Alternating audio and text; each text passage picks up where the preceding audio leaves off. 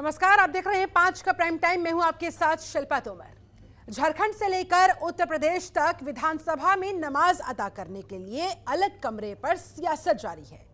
सत्ता पक्ष और बीजेपी आमने सामने है। सदन से लेकर सड़क तक घमासान मचा हुआ है। भारतीय जनता पार्टी की ओर से जारी विरोध के बीच झारखंड के मुख्यमंत्री हेमंत सोरेन ने साफ संकेत दे दिया कि सरकार किसी भी सूरत में बैकफुट पर जाने को तैयार नहीं। वहीं पूर्व मुख्यमंत्री रघुवर दास ने इस मामले को लेकर बेहद आक्रामक रुख अपना लिया। साथ ही पूर्व सीएम ने 24 घंटे का अल्टीमेटम भी दे दिया।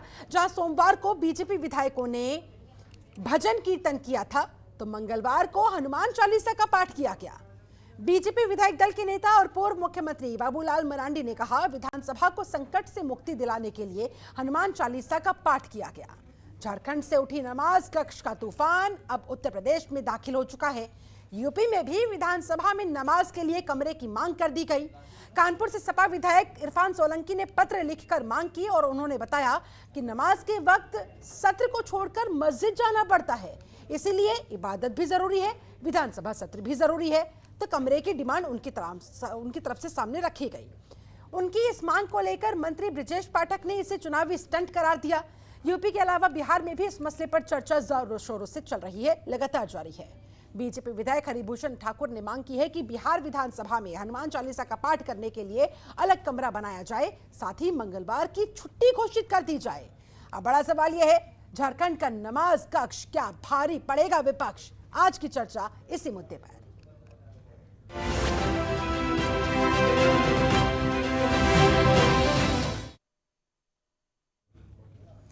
और इस मसले पर विवाद तो उठ ही रहा है, सियासत भी चल रही है, बहुत सारे सवाल भी खड़े होते हुए। मसलन विधानसभा का नमाज कक्ष क्या भारी पड़ेगा विपक्ष?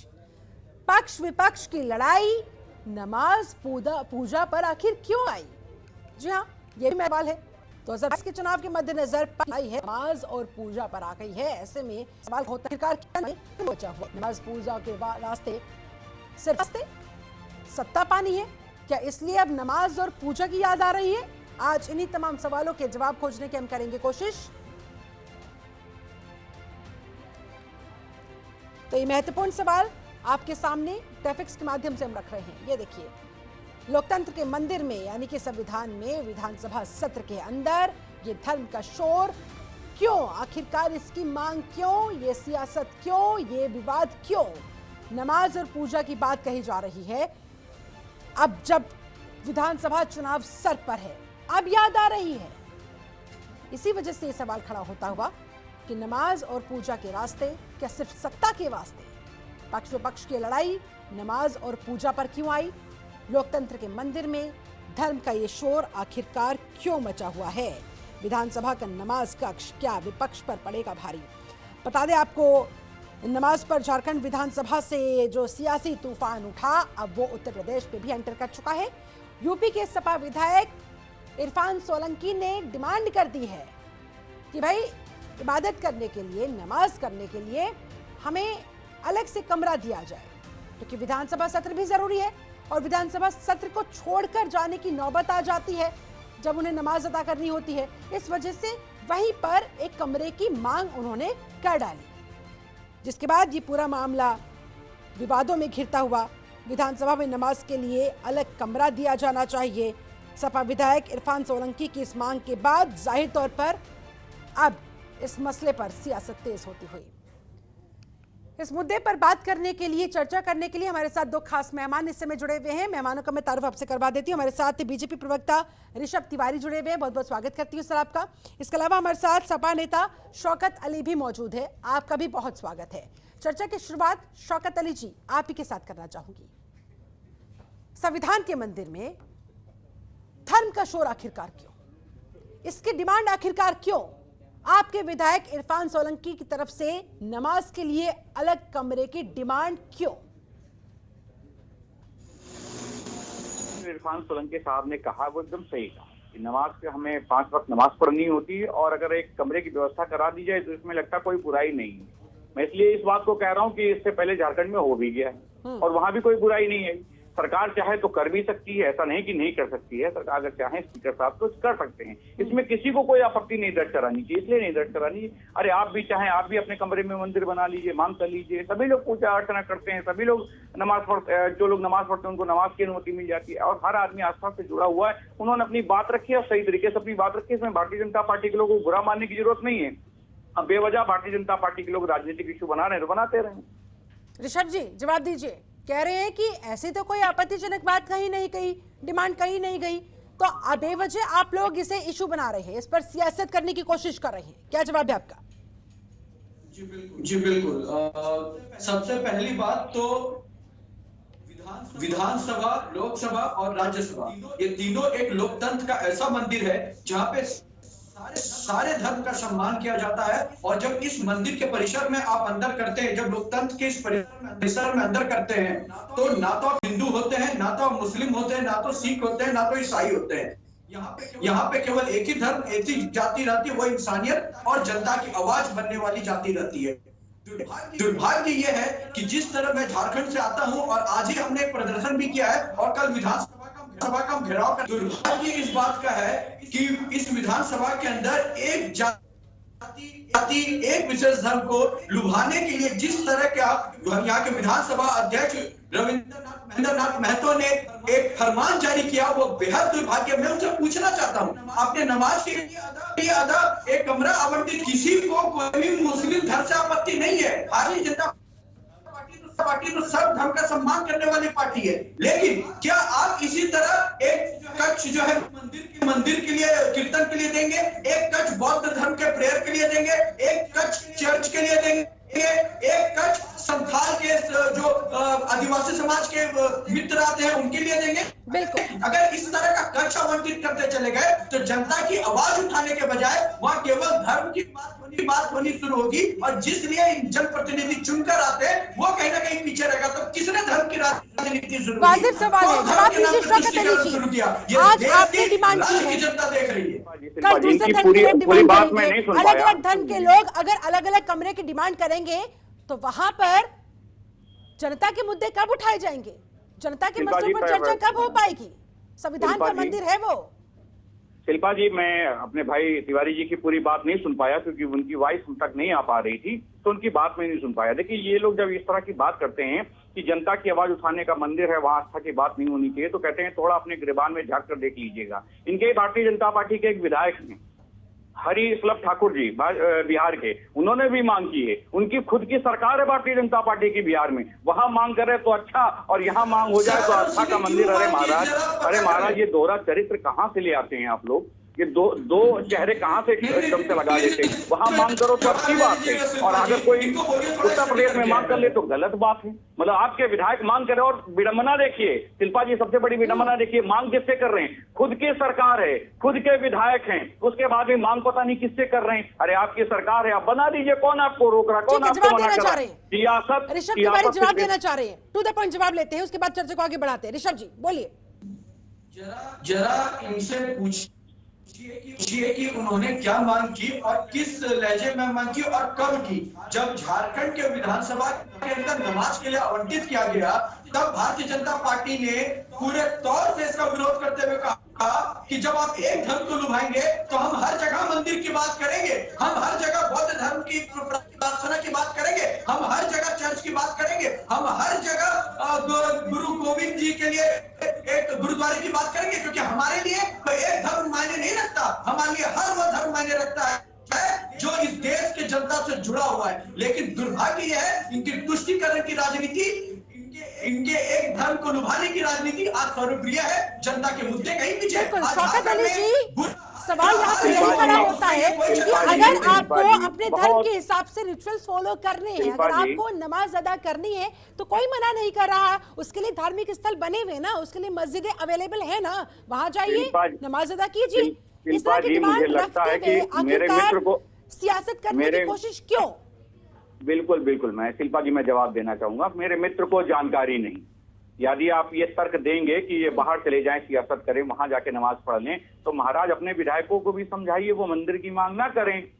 उनको भी समझाने का काम कीजिए। लेकिन आप, अरे महाराज आपका जीन जाग उठता है, मैं बोलना शुरू करता हूँ, आपका जीन सुनना पसंद करो ना तिवारी जी। अरे तिवारी जी थोड़ा धैर्य रखो, सुनने का प्रयास करें महाराज, थोड़ा धैर्य रखे, सुनने का प्रयास करें महाराज। आपका जीन बहुत तेज जाग उठता है, जैसे ही कोई बात करो आपका जीन जाग उठता है, थोड़ा धैर्य रखे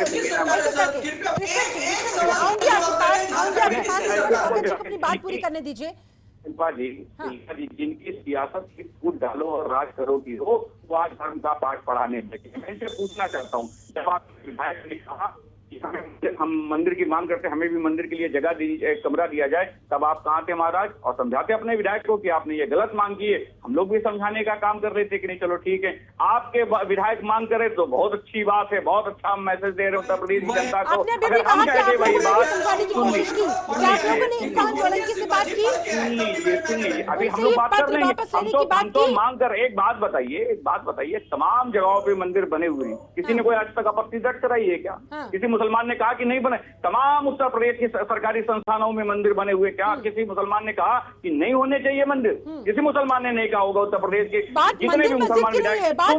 सुन लीजिए, मैं उसी संवैधानिक चीजों की बात कर रहा हूँ, मैं उसी संवैधानिक चीजों की बात कर रहा हूँ कि पुलिस थानों से लेकर तमाम ऐसे सरकारी संस्थान है जहाँ पे मंदिर बने हुए, कोई विरोध नहीं होता है। सिर्फ भारतीय जनता पार्टी के पेट में इसलिए दर्द हो गया क्योंकि इरफान सोलंकी ने ये बात कह दी। जब इनके विधायक ने ये बात कही थी तब इनकी नींद नहीं टूटी, क्योंकि इनको तो सियासत उसी पे करनी है। इनके विधायक ने मंदिर की मांग की, कोई दिक्कत नहीं हो, तो सदासर वो मांग करते आ रहे हैं। ये तो चाहते हैं कि तुष्टीकरण की राजनीति होती रहे, लेकिन जैसे इरफान सोलंकी साहब ने बयान दिया और चिट्ठी लिखी, तुरंत इनका जिन जाग उठा और चिल्लाने लगे तुष्टीकरण की राजनीति हो रहे। महाराज आपका तो धरातल इसी पे आधारित है, आप तो चाहते ही यही है कि बंटवारे की राजनीति होती रहे, हिंदू मुसलमान होता रहे। हमने तो साधारण तरीके से अपनी बात रखी और आपको बुरा लग गया। यही बात जब आपके विधायक रख रहे तब आपकी नींद नहीं टूटती। ऐसा दोहरा चरित्र कहां से ले आते हैं महाराज? ठीक है, इस पर मैं जवाब ले लेती हूँ। ऋषभ तिवारी, अब बोलिए आप जिस चीज को लेकर आपत्ति दर्ज करा रहे हैं, आपके विधायक को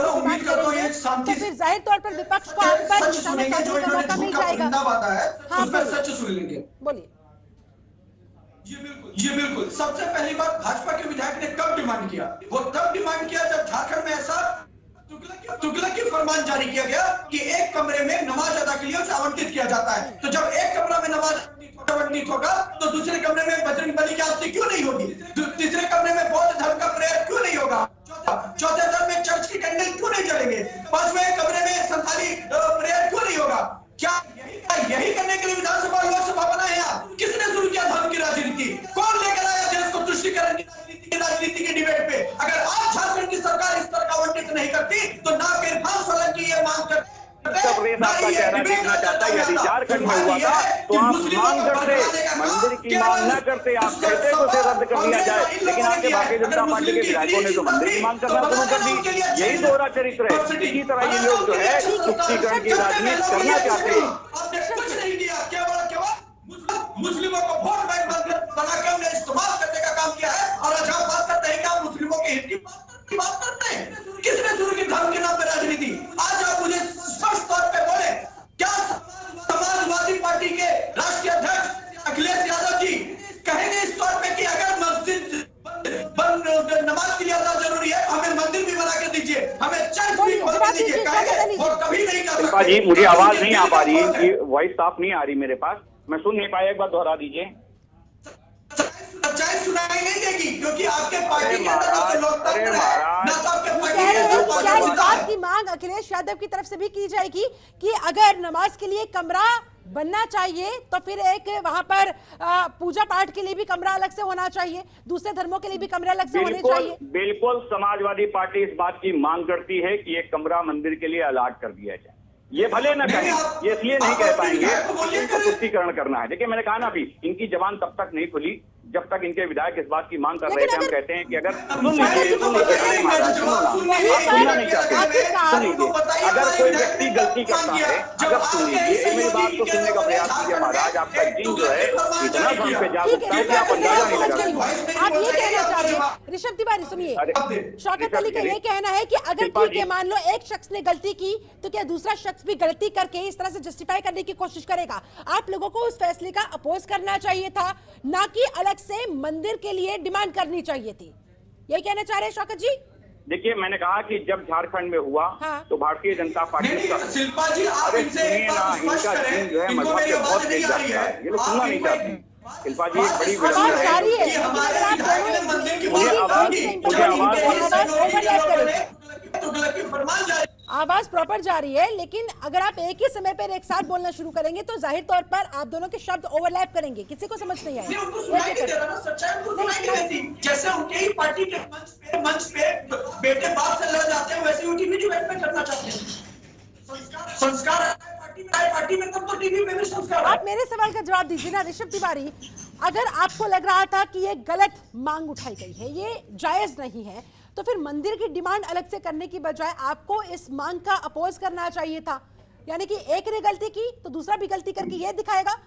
नहीं मैम, मैं आपको बता देता हूँ, पहले हमने इसका विरोध किया, हमने सरकार को बोला, पूरा अवेलेबल है सारा जगह का, इसके प्रेस कॉन्फ्रेंस के नोट्स भी अवेलेबल है कि इस मांग ये जो आवंटित किया गया है इसको सरकार वापस ले। लेकिन जब सरकार की तरफ से गैर जिम्मेदार बयान आना शुरू हुआ, तब हमने कहा कि क्यों एक धर्म, फिर सारे धर्म के लिए वहां जगह दिया जाए, फिर मंदिर के लिए भी जगह दिया जाए। मंदिर की बात तब आई जब इन्होंने एक धर्म को लुभाने की बात कही है। क्या बाकी धर्म के लोगों के सेंटिमेंट के साथ ये खिलवाड़ नहीं है? क्या एक धर्म के लिए वोट की राजनीति नहीं है? मैंने आज तक ये सुना था, जो स्पीकर का पद होता है, जो राष्ट्रपति का पद होता है, जो उपराष्ट्रपति का पद होता है, जो प्रधानमंत्री जी का पद होता है, ये धर्म, जाति, पार्टी, दलगत से कहीं ऊपर होता है। क्या इस तरह का फरमान उनके पद पे सवाल ये खड़ा नहीं करता है? जो झारखंड स्पीकर ने आज कल उस दिन 2 सितंबर को किया है। 2 सितंबर केवल झारखंड ही नहीं, पूरे देश के लिए काला दिवस है। आज मैं बहुत अफसोस के साथ करता हूँ कि मैं उसी जिले से आता हूँ जिस जिले से उस स्पीकर आते हैं रविंद्र महतो, जिन्होंने ये तुगलक के फरमान जारी किया है। ठीक है, शौकत जी आप बताइए।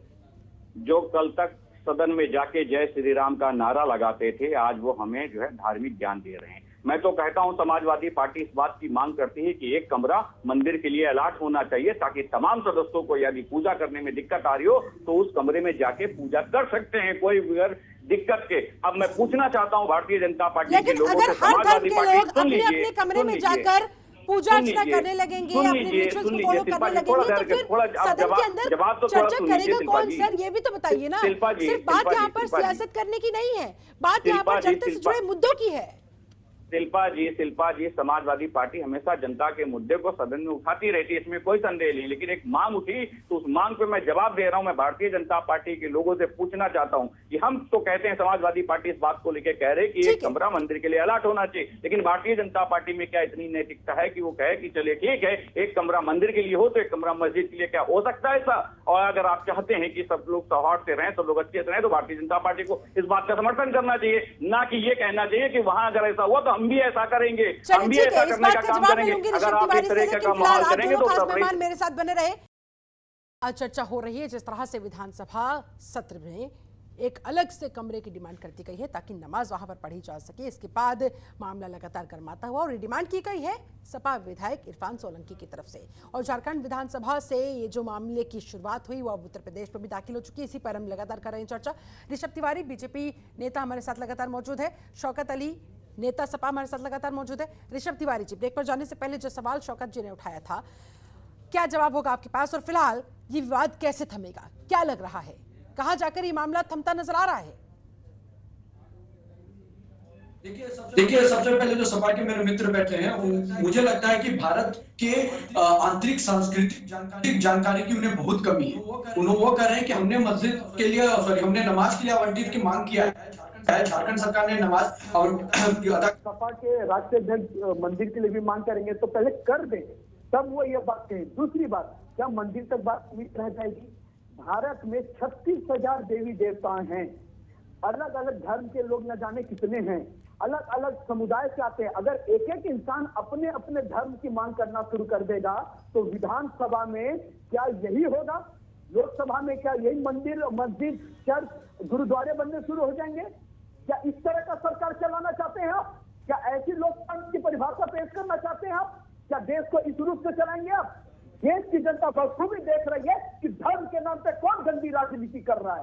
अगर इतना ही आपको चिंता है जनता के धर्म का और अपने धर्म, ठीक है, धर्म के नाम पर राजनीति करने का ये बड़ा आरोप शौकत अली जी, क्योंकि 2022 का चुनाव सर पर है, ऐसे में साम दाम दंड भेद किसी भी तरीके से बस सत्ता चाहिए, वोट हासिल करने हैं, उसके लिए चाहे कुछ भी डिमांड करने पड़े।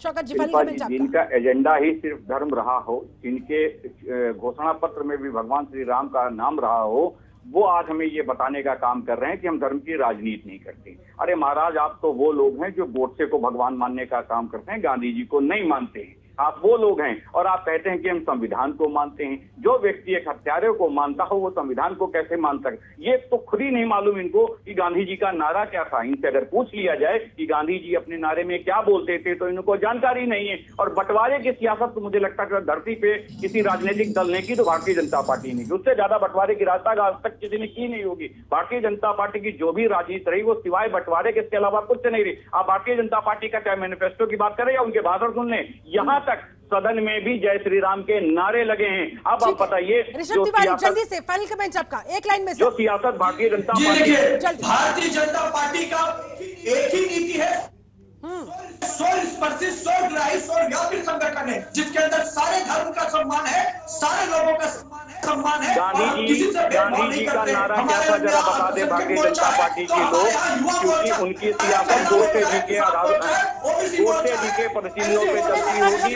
बहुत बहुत शुक्रिया ऋषभ तिवारी, आपका भी, शौकत अली आपका भी बहुत बहुत शुक्रिया, बहुत बहुत धन्यवाद इस पूरी बातचीत के लिए, चर्चा में शामिल होने के लिए, समय निकालने के लिए। कुल मिलाकर लग तो यही रहा है कि धर्म की दरअसल चिंता किसी को नहीं है, चिंता है तो सिर्फ अपने अपने वोट की और सत्ता पाने की, चाहे उसके लिए फिर कुछ भी क्यों ना करना पड़े।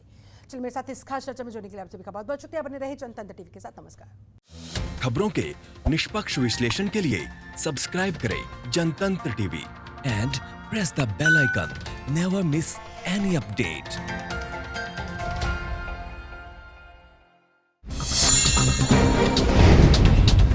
Download the Janatantra TV app, available on Google Play and App Store. Download it now.